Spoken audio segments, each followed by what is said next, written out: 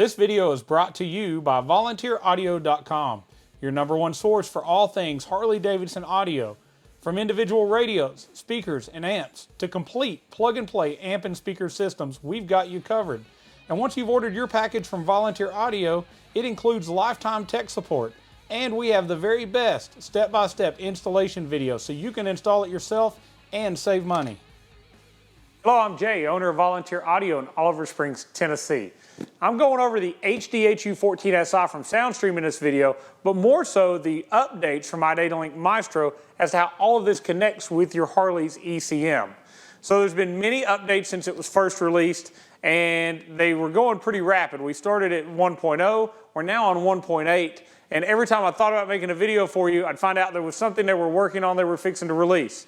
But we're finally to what I think is kind of a stopping point where I'm going to tell you it's time to update your ADS-MRR, and I'm going to show you in this video how to do it. But first, I'm going to go over all the things that they fixed in the latest software updates to let you know why it's necessary and what you would gain if you take the time to do this.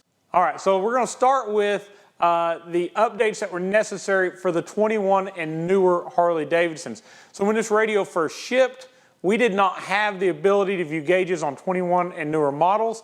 It was the dead of winter in Canada where ADS is, and they did not have any bikes there that they could get transported in to figure it out. And they told us before riding season they would have this worked out. And when firmware version 1.5 came out, we were happy to see that the gauges worked on the 21 and newer bikes. The problem was version 1.5, if you flashed it to 1.5, did not work on the 20 and older bikes. Only 21 and newer had gauges, and even then the gauges were limited. So version 1.6 came out, which fixed some of the gauges that didn't work. It worked on 14 to 16 models, but the 17, 18, 19, and 20s, we still didn't have functionality of gauges. We kept having to revert back to old firmware. So this is a lot of things that were complex enough that I felt like it wasn't a good idea to lead you down the path of attempting this because I didn't want you to mess things up. So version 1.7 came out and we were tickled because 1.7 did several things. First, it fixed the track pack gauges, so now your 0 to 60 and quarter-mile times are functional. It also made it where every year of our gauges were displayed. So whether you had a 14 all the way to a 23, the gauges displayed exactly as we hoped they would, and it worked great. In previous videos, I had told you that it's best to set your gauges as an enable on demand on the OBD2 so it didn't cause a problem with service work at your Harley dealer or dyno tuning or any of the tuners you may have. Well, in 1.7 they fixed that. They preset it as enable on demand only, so the gauges were only hooked to the ECM while you were viewing the gauges. Beautiful. I'm glad they fixed it because so many of you had issues with that and we walked you through it in tech calls. All right, so after they fixed these issues, I was fixing to make you a video and 1.8 came out 2 days ago. So I don't ever tell you to do something we haven't already tested. So I called ADS, I found out what 1.8 did, we tested it in a few bikes, it seems to go off without a problem, and here's what they did. They made it where the gauges are not trying to communicate to the ECM or display any data until the bike is running. This helped with some clashing issues with some programmers, but specifically with a security issue with some of the 14 model Harleys. So this made it where we never have to worry about this radio interfering with the engine starting. Because if it was connected to the ECM and it clashed with your programmer, it may not have started. So now there's no way that that's going to happen. I think they're doing a good job of addressing every issue we had or may have had. So now I'm going to tell you 1.8 is definitely the right software. No matter if you have a 2014 to a 2023, we recommend updating to 1.8 for many, many reasons. First off, it fixed everything that all the other versions did, plus some. One other thing, it addressed the oil pressure warning. So it would pop up and tell you your oil pressure was low if the engine wasn't running. They've addressed the way that works to make it less annoying and only show up when it's needed.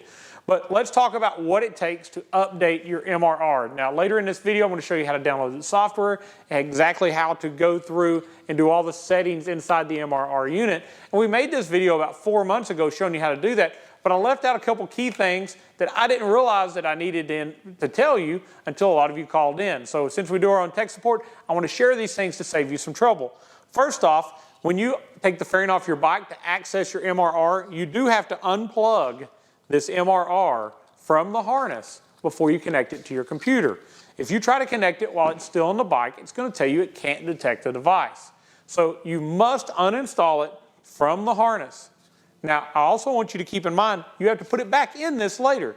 And when you do, we recommend making sure that all of the connectors match the colored location in which they go.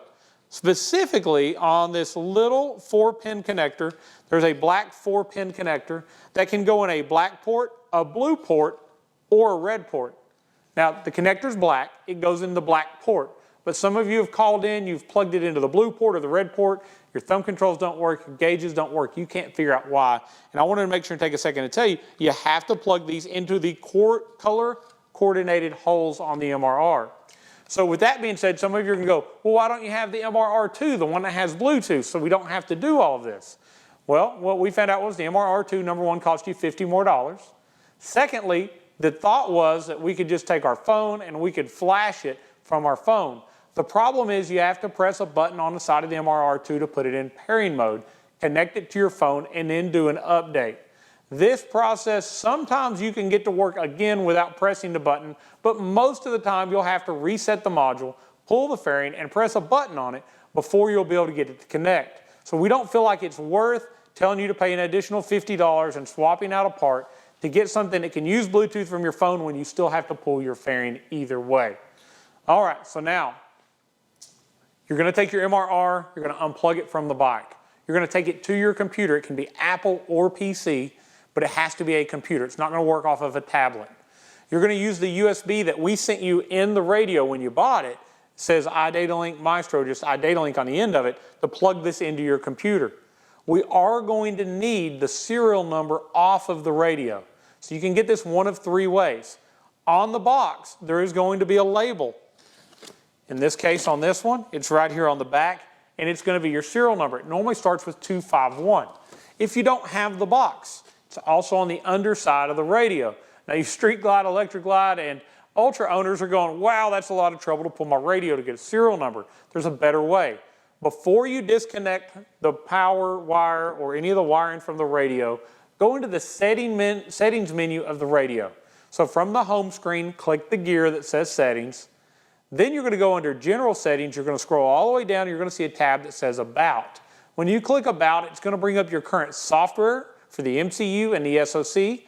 And right below that, it's going to give you your serial number. Take a picture of that with your phone. Record that serial number so you can put it in, because when you go to flash this module, it's going to ask for the serial number and it won't let you move forward without it. All right, so we've disconnected from the bike. We've plugged it into our computer. We've downloaded and installed the WebLink software, which I'm going to show you how to do just shortly in the video. We also have our serial number now ready. So the only other things we need to know is the year of your bike, what kind of thumb controls you have on your bike. There's 3 options it'll have you select from. And then it's going to suggest a current firmware. It's going to auto-select 1.8, and we suggest currently 1.8 works for everything. If there are newer firmwares and you're questioning what they do, because we're making this video today, but you may be watching it a month from now. Maybe there's another update that comes out. 1.8 works great. You can always pick that, but if there's a newer one and we feel it's necessary, we'll make another video. We'll come out and tell you what it does, and we'll talk to you about how to install it in your MRR, how to flash it. So pick 1.8. The next thing, it's going to show you all of your thumb control layouts. Now, iData has got some weird stuff going on. We have sent them some emails suggesting how they lay out the thumb controls, but currently, as of the time I'm making this video, the thumb control layout makes 0 sense. So I want you to look through them. It's going to say volume up, and you're going to see volume up is selected, but volume up long press has nothing in it. I want you to put volume up in both locations. So if you short press the button or hold the button, you have volume up. Same thing on volume down. Short press should be volume down. Long press should be volume down. This makes the controls work like factory. If you go on down a little further, you'll see the Seek buttons have nothing connected to them. So if you'll take Seek Plus and set it for Seek Plus short and long press, it will change tracks when you press that button. If you leave these empty and you flash it, your Seek buttons are no longer going to work. So just with a little common sense, go through that list and see what each button says it's supposed to do and lay it out to do the function it's supposed to do. Don't leave them blank. If nothing's there, make sure you put something in that's going to be usable for you. Now, after you've filled out each one of your thumb control functions, just tell it to flash the unit. And it's going to pop up the screen showing you it's flashed, and it's going to give you the ability to print out what they call a wallet card. which is going to tell you what every button does. So if you want to know how you have yours flashed currently, a month from now, go ahead and print out that card so you can see what you set every button up to do. All right, we're also going to put a wallet card on our website at volunteeraudio.com for you to access and see what the suggested one is. We're going to put that under our install resource section. It's going to say iData Maestro suggested thumb control layout for Harley Davidson. It'll be under the Harley Davidson section. So go there if you want to see how we suggest you laying it out. All right, so continue to watch. We're fixing to show you how to download the software and how to use the iDatalink Maestro web link software to flash your MRR.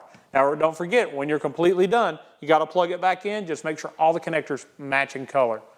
I want to show you today how to download the web link updater for iDatalink Maestro, and then how to program your Maestro RR for your Harley Davidson motorcycle using the new Soundstream HDHU.14Si. So first thing we're doing, we're going to go to our search bar, and we're going to search for iDatalink Maestro.com/plugin. This is going to also come in the quick start guide that comes with your Maestro RR. So as you'll see here, I'm on an Apple computer, but we have a Windows option or Mac OS. So we're going to download the Mac version. I'm going to tell it to allow it to update to our computer. So once this is downloaded, we'll pull this up and we'll load it on. Let's see where we're at here. Looks like we're downloaded. All right, so now we're going to have to go through the user agreement. We're going to have to agree to it. Now it's going to add it to my computer. I'm going to make it allowed for it to make changes.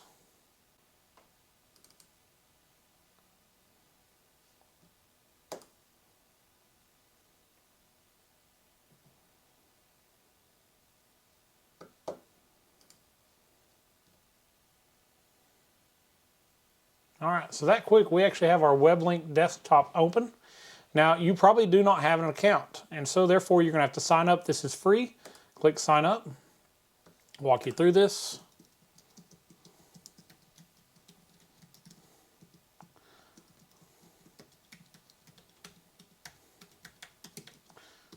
All right, now I'm just going to pick a password. All right, tell it you're not a robot, and then you sign up. All right, so that easy. Your account has been created, a confirmation email has been sent, check your inbox and verify. So I'm going to do that quickly. All right, got my web link brought up, confirming my email. Account is now active. So that's simple. We have created an account and we have signed up. Now I'll tell you, I watched another video. A guy told you had to have a web link hub. You had to have some sort of extra connection to make this work. You do not. So we're going to go back out of here and we're going to go to our web link account that we just added to our computer. And now we're going to log in, just using exactly what we just used.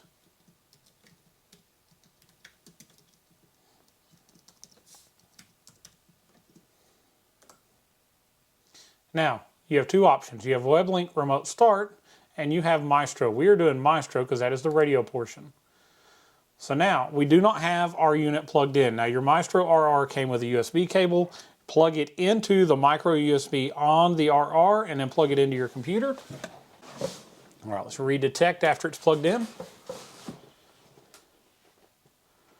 All right, so now we are going to flash by vehicle. So we've now detected, we're up on our screen, flash by vehicle. So now we're going to select our year. I'm just going to go ahead and put that we're going to do it in our Electroglide police bike. So 2014, Harley Davidson. It's an Electroglide. Now it's going to ask you what kind of steering wheel controls you have. Now something I want you to keep in mind here, this is one of the first radios we've had available, or the first radio, that'll actually retain your rear controls as well in the back. So if you have a tour pack with controls, those will be kept as well. So you'll see here you're going to have an info button with the availability for with or without a push to talk button. So look for that and match it up. Make sure you pick the right one. We're going to default it with the push to talk. Because the button will still work. We're going to go down to Soundstream and we're going to select Soundstream. We're now going to pick our radio, the HDHU.14Si. Now this is the only Harley radio from Soundstream this works with. And then we're going to put in our serial number. All right, so we're going to take the serial number. This is going to be located on your Soundstream Reserve HDHU.14Si on the bottom of the radio or on the end of the box next to the UPC. The one we're using is 2510311. All right, so now it's going to give us a recommended firmware for Harley. There's only one currently available, so we're going to select that. Now we're going to see, do we want to turn on vehicle information? Yes. Do we want gauges to display? Yes. Do we have a factory amplifier? So this is something you can select and it will keep boom 1, boom 2, or HD Audio by Rockford working. If you don't have a factory amplifier, you can simply disconnect it, but it's going to work either way. It is smart and it will see if there's an amp online and turn it on if there's not one. Then we have steering wheel controls, yes. Advanced camera features does not work on this because we don't have advanced camera input on a Harley. So we hit continue. Now you'll see the preset thumb controls. You can look over those. This is where you would make a change to how they function. Now if you have a CVO, you're not going to have the info button, but you will have a back arrow and it will work just like the info button does. So here's all the default values. If you're good with those, you simply hit continue. So now we have everything that we've selected. So we're using an RR, we're doing an Electroglide, and we have push to talk on our thumb controls, and we're using the SI radio. So once you've looked over this, everything's correct, simply hit flash. Now we're using the little USB that comes in the package with the MRR. So nothing needs to be purchased extra other than the actual module itself. So no hub is needed, no special web link cable is needed.